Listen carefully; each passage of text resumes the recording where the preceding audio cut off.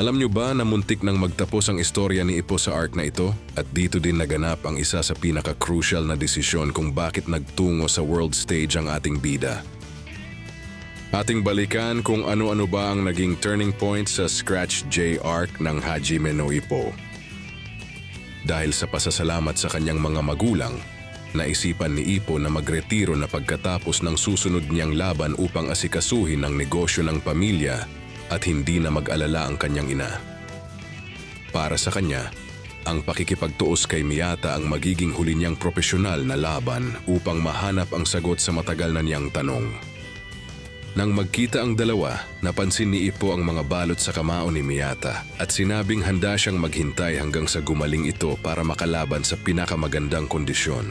Subalit nagulat siya nang biglang magdugeza o lumuhod si Miyata upang humingi ng tawad at sabihing hindi na matutuloy ang kanilang laban dahil sadyang hindi ito itinadhana.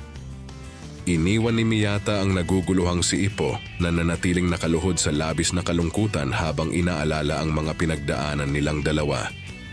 Humingi ng tawad ang ama ni Miyata kay Coach Kamogawa dahil pinili ng kanyang anak na depensahan ang titulong OPBF laban sa interim champion kaysa kay Ippo. Sa galit ng coach, pinatalsik niya ito at pinutol ang kanilang ugnayan. Kahit ang ama ni Miyata at si Takamura ay hindi alam ang totoong dahilan ng pasya ni Miyata at tanggap nilang malabo na silang magtunggali. Samantala, pumasok si Ippo sa gym na tila normal ang kilos, ngunit nang tanungin niya si Kamogawa kung sino ba talaga ang dapat niyang talunin, sinermonan siya ng coach na mag-focus sa pagiging malakas at kalimutan na si Miyata. Nang tumanggi si Ippo, pinalayas siya ng galit na coach at tahimik naman itong umalis kahit kinuwestiyon ni Takamura ang kanyang paninindigan. Sa mga sumunod na araw, lumiban si Ippo sa gym upang mag-focus sa pangingisda habang ang kanyang mga kasamahan ay naghahanda para sa malaking event ng Kamogawa Gym. Nabahala ang media at ang kanyang mga kaibigan. Ipinaalala pa ni Kimura na posibleng magretiro na si Ippo dahil wala naman itong ambisyong umabot sa world level. Pinasyalan ni Mari si Ippo sa pantalan upang alamin ang kanyang estado. Ipinaliwanag niya na ang bigat ng kamao ng isang boksingero ay nagmumula sa mga pangarap ng mga nakalaban nito. Dahil may 19 na laban na si Ippo, dala ng kanyang mga kamao, ang pangarap ng 18 boksingerong kanyang tinalo, kaya hindi niya ito dapat basta-basta isuko. Dahil sa mga salitang ito, muling naalala ni Ippo ang kanyang orihinal na layunin, ang malaman kung ano ang pakiramdam ng maging malakas. At nagpa siyang ipagpatuloy ang pagboboxing upang mahanap ang kanyang kasagutan. Napansin ni Coach Kamogawa na nawalan ng determinasyon si Ippo dahil naging kontento na ito sa laban kay Miyata. Matapos bumalik si Ippo sa gym upang humingi ng tawad at magpatuloy sa boxing, inilatag ng coach ang isang bagong plano. Hahamunin nila ang mga pambansang kampeon sa OPBF upang umakyat sa world ranking at kalaunan ay makaharap ang WBA champion na si Ricardo Martinez. Naka-schedule si Ippo na makalaban ang kampeon ng Thailand na si Jimmy Sisfar na dati nang natalo ni Miyata. Kilala si Sisfar sa bansag na Scratch J dahil sa mga peklat sa mukha mula sa kanyang mga mapanirang laban at aksidenteng untugan. Nais ni Sisfar na patumbahin si Ippo upang magpadala ng mensahe kay Miyata na naperpekto na niya ang kanyang tinatawag na kamao ng Diyos.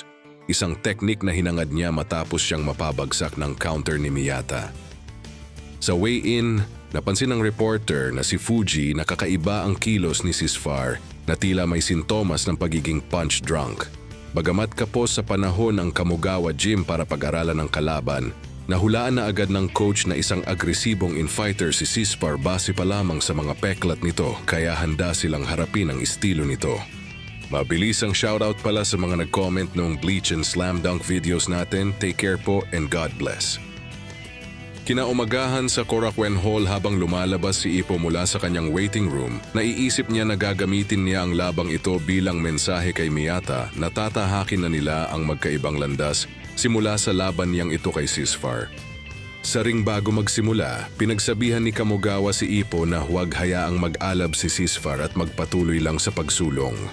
Nagsagawa naman si Sisfar ng kanyang tradisyonal na panalangin sa kanyang corner. Nang magsimula ang laban at mag-touch gloves ang dalawang boksingero, nagulat si Ippo nang biglang tumalon paatras si Sisfar dahil ang akala niya ay isang infighter ito. Gayunpaman, naging malinaw na kumuha lang pala ng buwelo si Ceasefire bago mabilis na sumugod patungo kay Ippo. Nahirapan si Ippo sa taktika ni Ceasefire na sumugod mula sa malayo sabay pakawala ng malalakas na jolt blow kung saan maging ang cross-arm block ay hindi sapat para ganap itong maharang. Sumugod si Ippo upang pigilan ang panunugod ni Ceasefire at pumasok sa isang infight. Subalit, ang mga suntok na naitama ni Ippo, kabilang ang isang right counter laban sa malakas na buwelo ni Ceasefire, ay binaliwala lamang nito. Matapos tumalsik ang kamay ni Ippo mula sa isang malapitang jolt blow, bumagsak siya nang tamaan ng isang tornado jolt kasabay ng pagtunog ng gong na nagtatapos sa unang round. Parang malakas ang pagkakatama dahil mistulang umikot si Ippo sa ere. Idineklara itong isang slip dahil bagamat tinamaan siya ng siko ni Ceasefire, nangyari ito dahil isinuong niya ang kanyang ulo upang guluhin ang punto ng epekto ng suntok, isang reaksyong nakuha niya mula sa pagsasanay para sa mga counter ni Miyata. Sa corner ni Ceasefire, sinabi ng kanyang coach na dapat ay sira na ang loob ni Ippo at pinayuhan siyang durugin din ang katawan nito. Ngunit alam ni Ceasefire na hindi sumuko si Ippo dahil sa paraan ng pag-iwas nito sa direktang tama ng tornado jolt.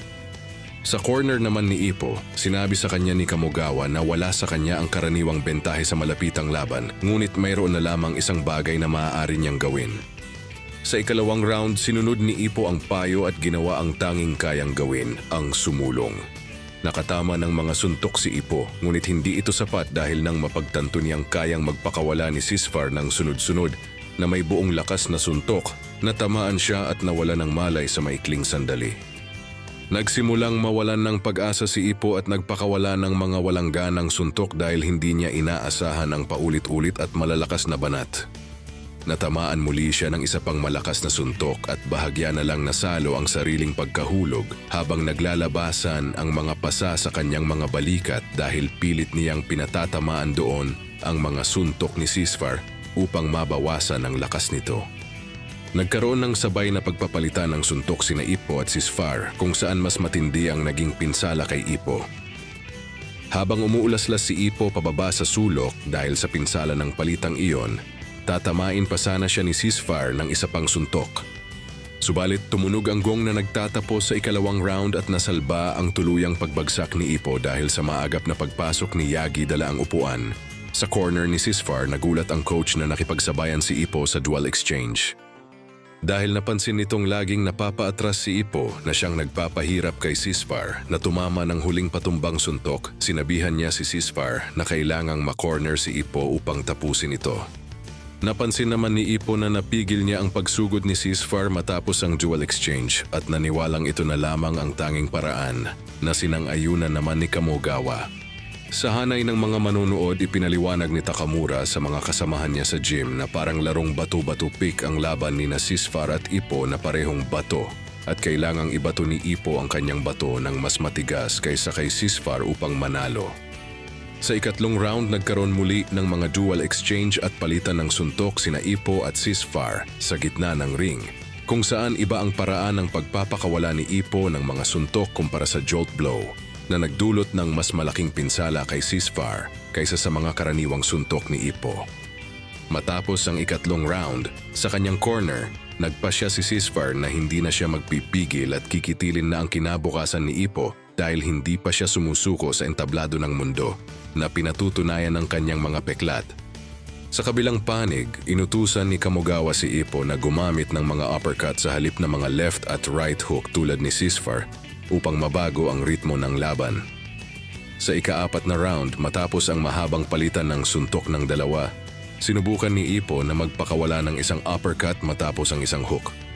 Gayunpaman, napaaga ang pag-angat ng katawan ni Ippo kaya nagkauntugan ang noo ng dalawang boksingero na nagdulot ng matinding pagdurugo sa itaas ng kanilang mga mata. Dahil sa karanasan ni Ceasefire sa pakikipaglaban sa mga ganitong sitwasyon, natamaan niya si Ippo habang hindi naman makaganti ang huli dahil sa dugong nakaharang sa kanyang paningin. Tumalsik pabalik si Ippo dahil sa isang atake at may nakita siya sa mga ilaw sa kisame. Pinasimulan ni Ippo ang Dempsey roll ngunit sa halip na ang nakasanayang pormang pabalagbag or figure 8. Binuhat ni Ippo ang kanyang katawan paitaas mula sa ibaba, na tila inasinta ang meat ni Kamogawa sa tapat ng ilaw sa kisame at nagpakawala ng isang uppercut kay Ceasefire. Bumagsak si Sisfar dahil sa uppercut na yon at agad na itinigil ng referee ang laban na nagluklok kay Ipo bilang nagwagi. Bagamat may dumating na stretcher para kunin si Sisfar, nagawa pa rin nitong maglakad palabas ng mag-isa. Sa labas ng venue, nag-alala ang coach ni Sisfar na baka nabasag ang bungo nito dahil sa masamang pagkabagsak, subalit sinabi ni Sisfar na ngayon lang siya nakaramdam ng ganitong kaginhawaan. Napagtanto rin niya na nakakulong siya sa isang bangungot simula nang matalo kay Miyata. Ang akala niyang Diyos ay ang demonyo pala na nakikita niya sa mga spotlight na naghahatid sa kanya sa landas ng sariling kapahamakan. Dahil sa napagtantong ito, isiniwalat ni Sisfar sa kanyang coach na magre-retiro na siya sa boxing.